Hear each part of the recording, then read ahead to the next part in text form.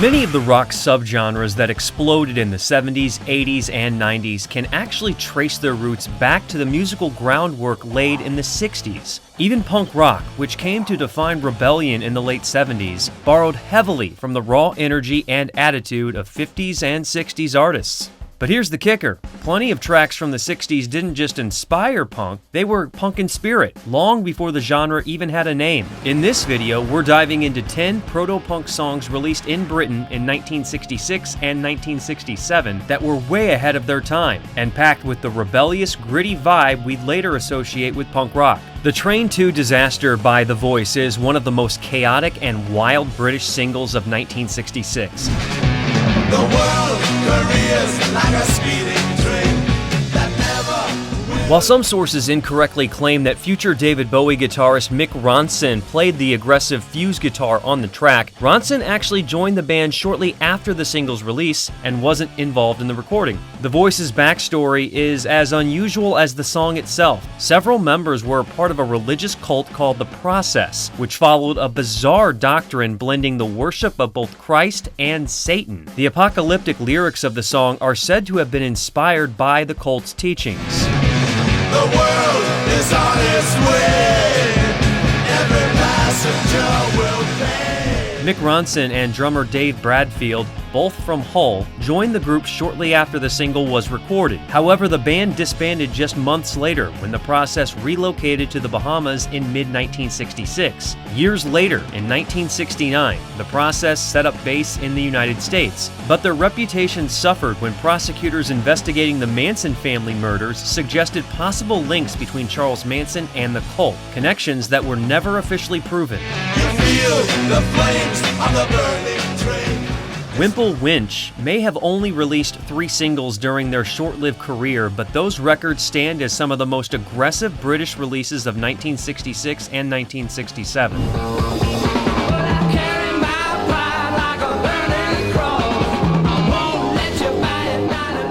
Their second single, Save My Soul, dropped in June 1966 and completely flew under the radar at the time. However, it has since been hailed as a proto-punk classic, an explosive track that was far too raw and ahead of its time for the average 1966 audience. What have you done? What have you done? You have been seen.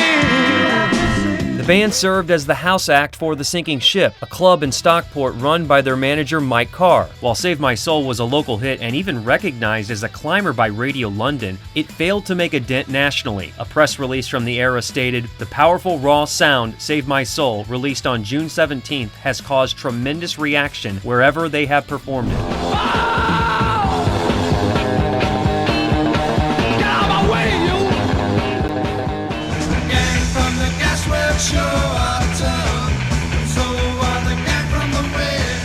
In January 1967, Wimple, Winch released their third and final single, Rumble on Mercy Square South, another proto-punk gem that has since earned cult status thanks to its inclusion on various compilations. Here they come, see them run, see them fight each other, see the sticks, see the stones, see them... Tragically, weeks after its release, a fire destroyed the sinking ship along with the band's equipment. Fontana Records declined to renew their contract, marking the end of Wimple, Winch, a band that was punk before punk had a name.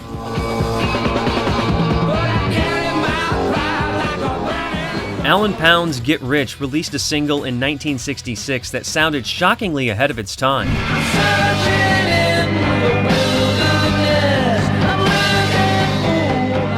Listening to it today, you might mistake it for a punk or even post-punk track from the late 70s or early 80s. The song's raw, distorted energy was paired with a melodic psychedelic edge that made it truly unique, a strange, otherworldly sound that defied categorization.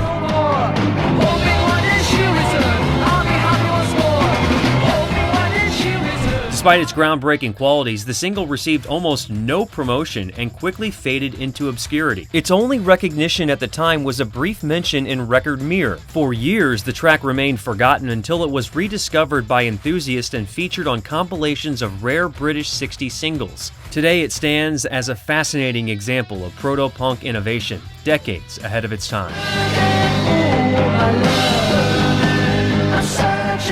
In 1966, The Buzz released a track that sounded decades ahead of its time, and it was produced by the legendary British producer Joe Meek.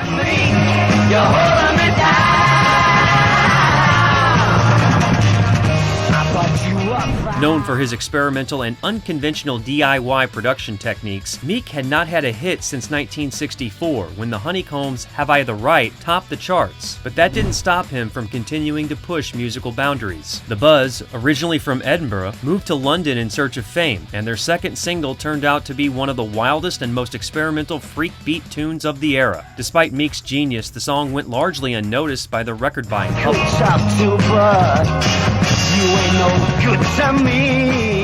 With its unusual sounds, this track could easily be mistaken for a late 70s or early 80s new wave song. Put your trust in me this time, girl. Things won't be the same. In fact, its unique sonic qualities even seem to predate the likes of Roxy Music by at least 6 years, making it another remarkable example of proto-punk innovation from Joe Meek's studio.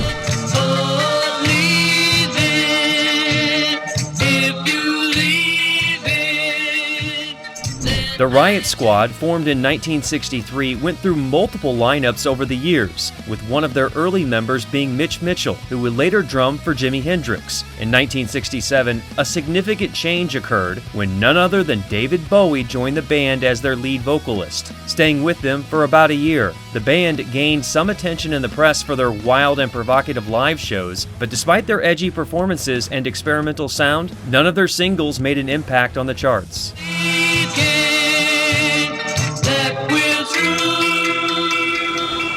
The Addicted Man by The Game created quite a stir when it was released in 1967. Take it, boy, and feel your swing. Take it, boy, make your blood sing. See The song was considered so controversial that EMI withdrew it from circulation just days after its release. The Game, a teenage band from Mitcham, Surrey, were heavily influenced by mod groups like The Who and The Creation, and their raw sound was ahead of its time, laying the groundwork for what would later become punk. But what made this single so controversial? The New Musical Express reported that the song was pulled after being discussed on the BBC's Jukebox Jury, where it was deemed unsuitable for transmission. The panel, which included DJs like Pete Murray and Jimmy Savile, was disturbed by the song's frank treatment of drug addiction. Pete Murray even called it one of the most disgusting songs he'd ever heard. Despite its anti-drug message, the track drew protests from organizations like the National Association on Drug Addiction, leading EMI to pull the record.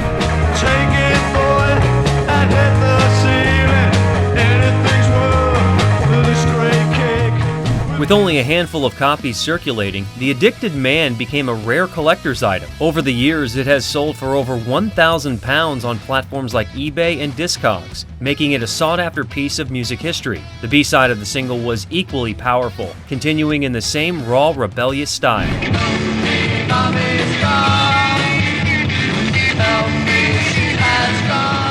Although the single went nowhere commercially due to its withdrawal, it remains a forgotten gem that captured the proto-punk spirit, setting the stage for the punk explosion a decade later. Released just a month after The Addicted Man, this single from Him and the Others is another raw, unpolished track that was well ahead of its time.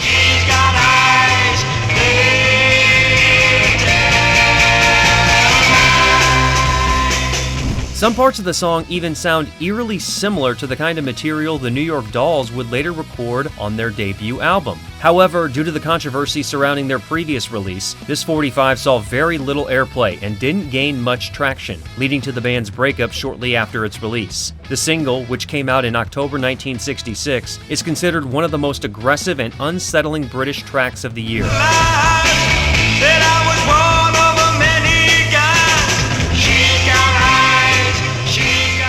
Despite its commercial failure at the time, it's now a rare and valuable collector's item, with original copies selling for over £700. Him and the Others were somewhat popular in the London and home counties club scene, and even backed chart-topping singer Peter Fenton for a while. After bassist and founding member Lenny Shaw left in 1967, the band renamed themselves The Hand.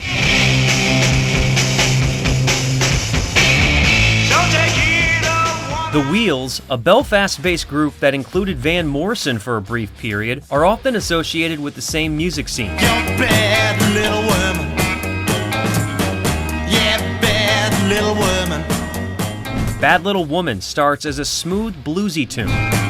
With your bad ways.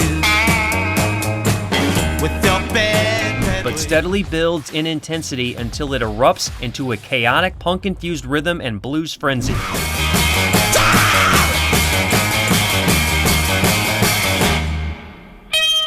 Originally released in February 1966, the single flew under the radar at the time. However, a few months later, Chicago's Shadows of Night recorded a cover version that became a local hit, giving the track some belated recognition.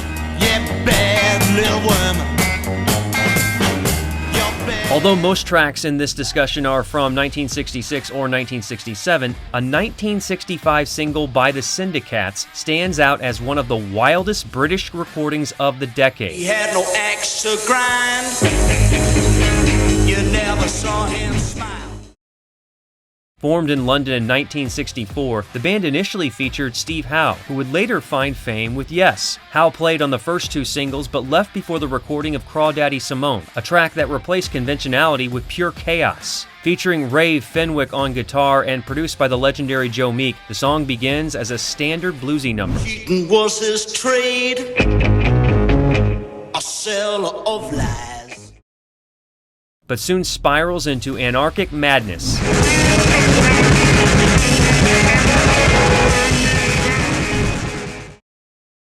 Fenwick's guitar solo, one of the most distorted and unhinged of 1965, was achieved using a Dearman pedal and a beer bottle, at Joe Meek's insistence.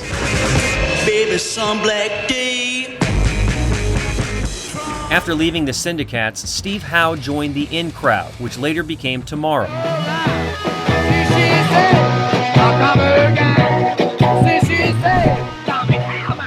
One of the In Crowd's B-sides, released in April 1965, is a raw, aggressive track that could easily be considered proto-punk.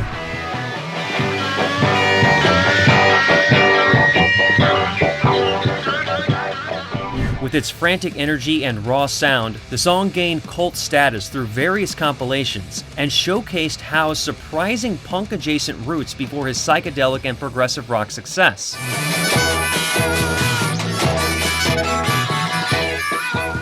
I hope you enjoyed this journey through some of the standout proto-punk tracks of the 60s. Of course, this was just a small selection. There were plenty of other songs from all around the world that captured that raw, rebellious energy. If you have any favorites we didn't mention, drop them in the comments below. Thanks for watching, and we'll see you next time.